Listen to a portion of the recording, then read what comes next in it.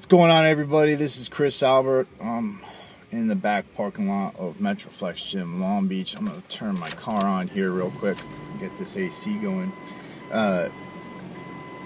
Sorry, guys, it's hot out here. I wanted to talk to you today about off-season eating. There's a lot of guys out on the internet right now talking about how they don't bulk and how they stay clean all year and you know, they don't believe in bulking because it messes up their abs.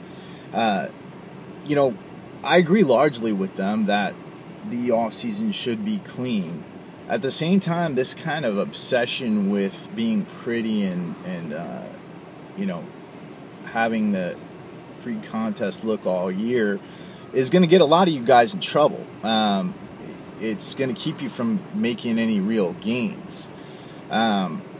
So the one thing I wanted to spell before we go through all of this is that you're not going to look like you do on the beach during your off season, or like you would like to on the beach during your off season. You need to get that out of your head, because if you want to put some gains on, you're going to have to consume a few extra calories.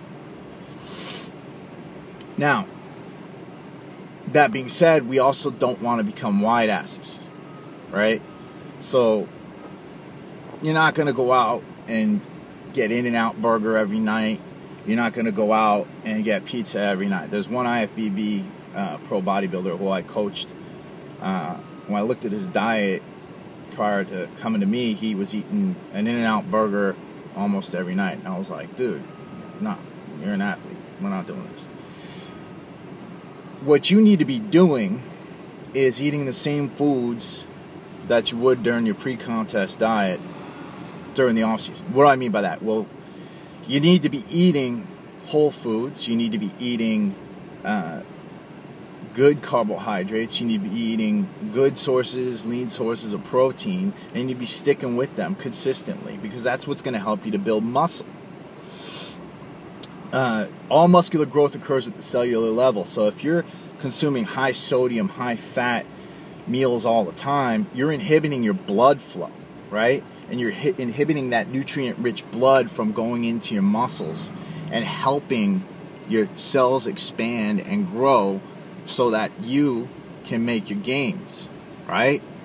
At the same time, those of you, this is the same reason why those of you who are taking those caffeine crazy pre-workouts are kind of shooting yourselves in the foot, because they're inhibiting blood flow unless they contain like citrulline malate or one of those things that that helps, you know, blood pump into your muscle. Stimulants are not helping you gain muscle during your workout. They can help you burn fat, but back to the original subject. So when we talk about off-season eating, we want to stick with whole foods. Rule number 2, we want to start slow and move our calories up gradually. We don't want to just start throwing all kinds of food down our gullets, right? Your body's not going to be able to accept all that nutrition at one time. So you need to be taking steps to ensure that you're digesting properly, right? So I wouldn't start with 10 ounces of protein at every meal. I would start more at like 6. And then every couple of weeks, add a couple of ounces to each meal. Additionally, you should be taking digestive enzymes or probiotic bacteria with every meal that contains animal protein. That way, you are going to be able to digest all your food, and you're going to be utilizing all of it rather than getting clogged up in your intestinal tract. Additionally, your carbohydrate sources should be more during the off season, but on days you're not training, you should just eat the minimal amount of carbohydrates. That'll limit the amount of fat going onto your body, and